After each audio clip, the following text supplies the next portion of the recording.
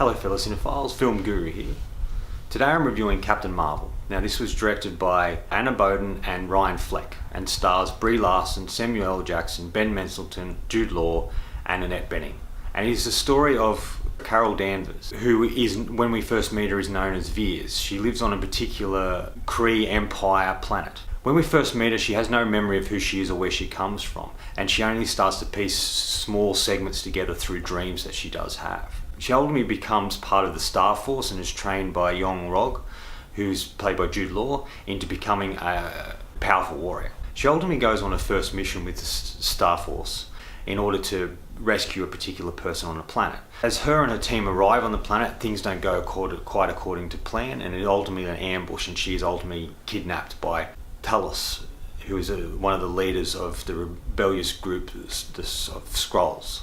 Using particular advice, they search through her memories, trying to work out something in particular, looking for Annette Bening's character, Dr. Lawson, who is the idea of creating some sort of powerful engine that they really want to get their hands upon. And we get to see flashes of who Carol Danvers was and her trying to piece it together as we go along. Ultimately, she escapes and stealing a particular pod and lands on Terran, Earth. And this is where she sets out to find Dr. Lawson and to stop the Skrulls that have followed her there from destroying the Earth. Ultimately, she meets up with Nick Fury, played by Samuel L. Jackson, and ultimately team up to try and find this particular Dr. Lawson, as well as trying to stop the Skrulls from taking over.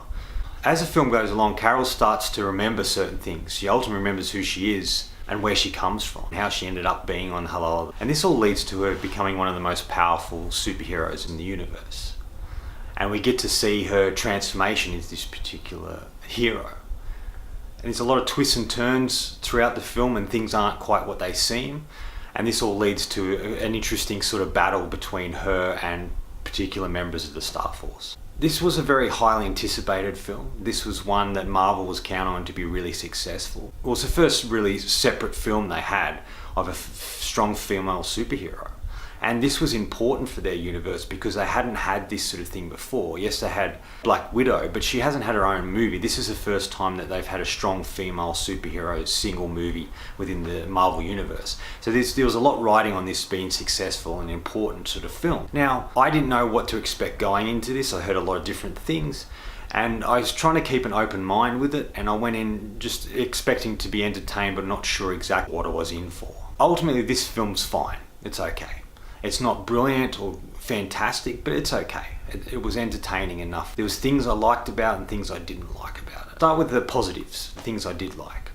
Most of the acting's solid. Brie Larson does a fine job playing Captain Marvel, and Carol Danvers.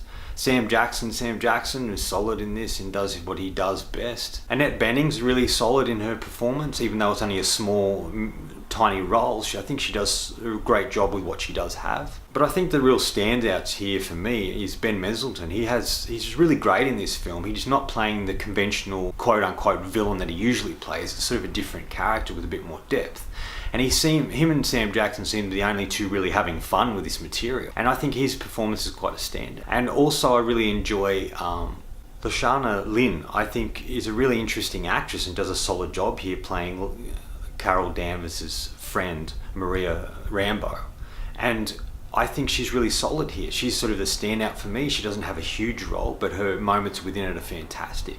And the relationship she has with Brie Larson's really good, and she has a young daughter as well, and the relationship between all three of them is really great. But she's a really strong, powerful woman in this, and she's not acting being that way. She just feels very strong and realistic sort of character. I like some of the visual effects in space, some of the spacecraft, some of the ideas within the film. Particular sequences that take place I didn't mind. There was some stuff I really enjoyed with that.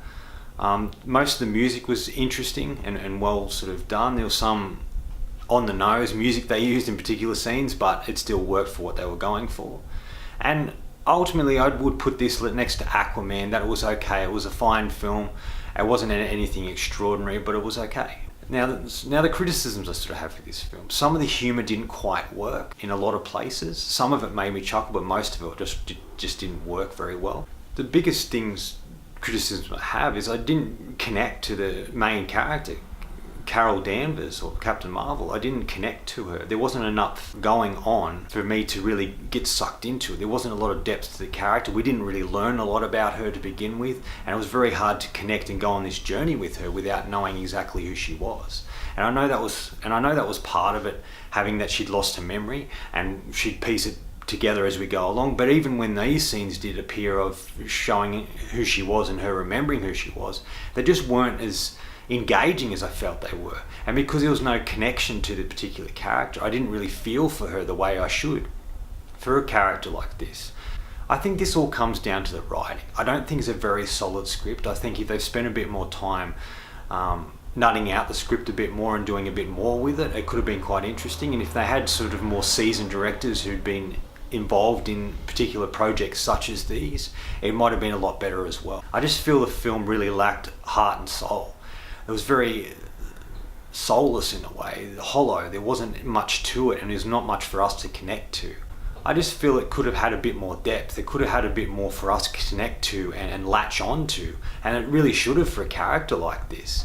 For a character we don't know a lot about, and this is the first film that we get to see her in, and it was a good idea to introduce this character before she was just thrown into another particular story, especially Avengers Endgame with the rest of the cast. But I just felt there wasn't enough depth to it. It really wasn't an origin story. We really didn't get to see who she was and what formed her into the being she became.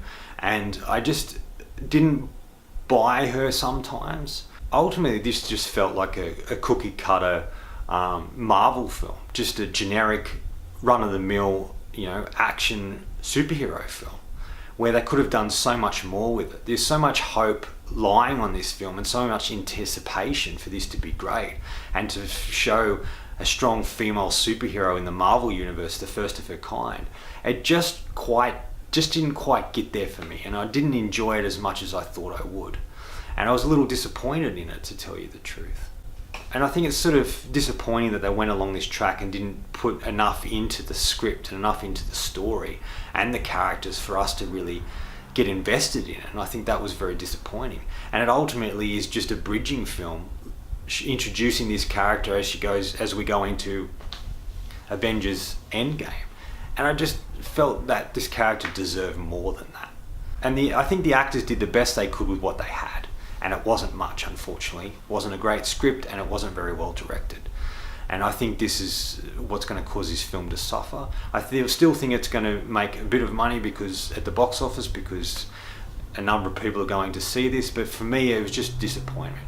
This sort of fits into a lot of films I've been seeing this year, where I'm excited when I first hear about them and interested to see them, and I'm just disappointed with what I do see. There's nothing really extraordinary or anything that stands out for me yet this year, even though I was really excited about the films coming out this year. There's nothing really stood out for me. Being disappointed continuously by particular films, that's making me lose faith in anything good coming out, or it's also making me really crave some good cinema, and I really hope we get some really good movies down the track, because it hasn't been a really impressive start to the year in my opinion. Final verdict. Look, if you like a superhero movie with a strong female superhero, you might enjoy this. If you just want to be entertained and with not a lot of depth and not a lot to think about, then you might enjoy this as well.